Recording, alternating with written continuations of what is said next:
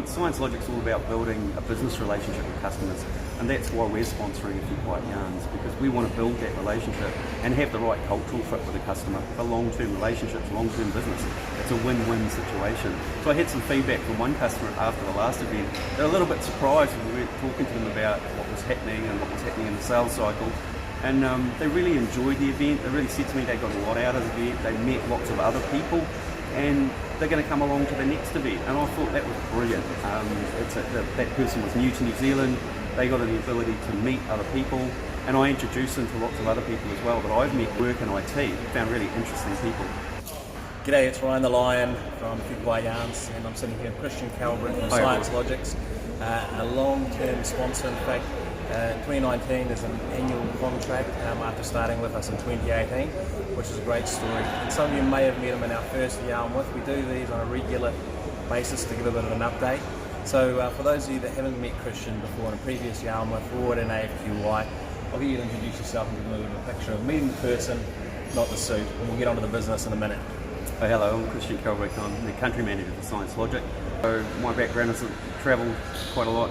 Travelled in Mexico, travelled in Africa, travelled in Europe, lived in the UK, lived in Melbourne. Met my wife while travelling in Mexico, in a place called Zipolite. The place I always call Chipolite. Zipolite. The beach of the dead. The beach of the dead, right? Well, that's quite interesting because I love the artwork from Mexico, which is the Dawn of the Dead, or but they do their it's almost like the carnival, but it's their thing. Yeah. So usually at A Few Quiet Yarns, I always like to talk to people about travel and where they've been. The last event I was talking to someone about Mexico as well, so it's always good. I think I met someone who's actually been to Zipolite at A Few Quiet Yarns. But give us a bit of an update what we had in the last 6 months. Yeah, well, we've got a number of partners in New Zealand that have grown in the last 12 months. We've got a number of new customers. And for Summit, we had Brian Amaro over speaking at that event. He was the head of infrastructure services for Kellogg's International. And Brian was telling a story about how to deal with data and how to build digital services. So he rolled out Science Logic, integrated it with ServiceNow, and developed a mechanism for discovering everything in an environment in pretty much near real time and fueling the configuration management database for ServiceNow to drive business services. So that was a fantastic story that he told about data and how to deliver data to deliver better business outcomes for digital services. Because it's all about the fundamentals, it's all about the real basics that we've been talking to a lot of customers about.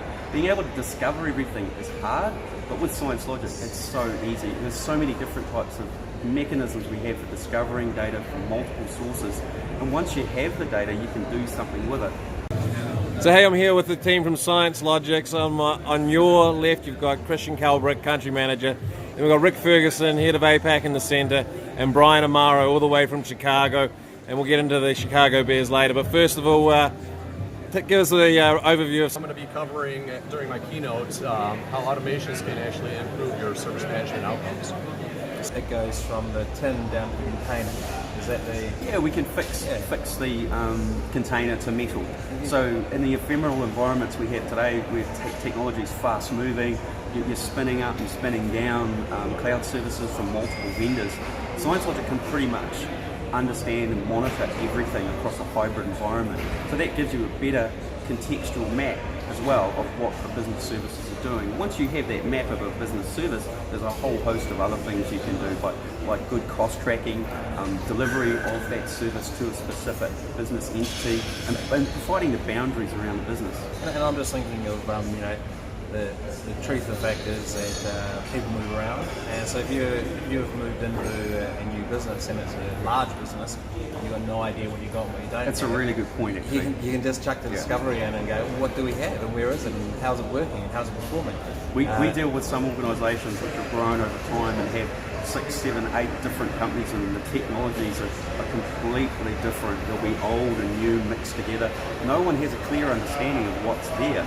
So putting Science Logic in place, we can discover everything, old, new, SNMP, agentless, agent-based collectors. There's about 14 different types we can plug into APIs. We have Power Apps to plug into application level, to SecOps tools, to ITSM tools, and we'll be the integration service for moving the data and providing blended business service dashboards. But really good point, so many customers don't know what they actually have, and they have very siloed views of that technology, and they can't really get a business service view. But Science Logic is predicated and built on having multiple capabilities to understand what's there. With the cloud services, we can discover in minutes what an AWS environments are, Azure environments. Having Science Logics, it enables you to unlock any key holders and have that documented system. So, Well, just basically having the visibility across an enterprise environment is very, very good for your security. So you understand what's there. We've had one customer where we basically discovered the end-to-end environment and noticed that one of the vendors had placed some technology there which wasn't vetted and wasn't approved. Obviously that was a case of a bit of grey technology in the environment, so that was removed.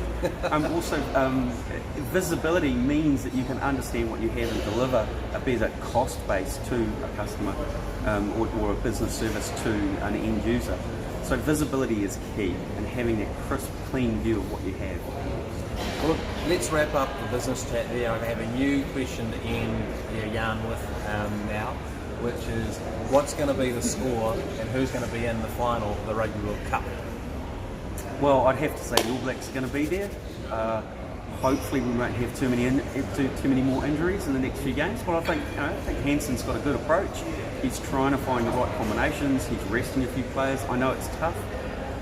They weren't that great against the South Africans, but that was a pretty tough game, and I think South Africa was a little bit, they'd be a little bit unhappy that they didn't win that game, and they probably, What a beautiful rundown. So, it's right.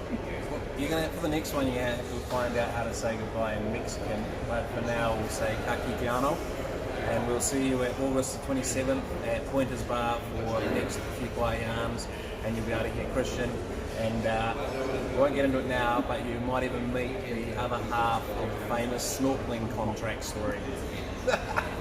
Maybe. Look forward to seeing everyone there, and I look forward to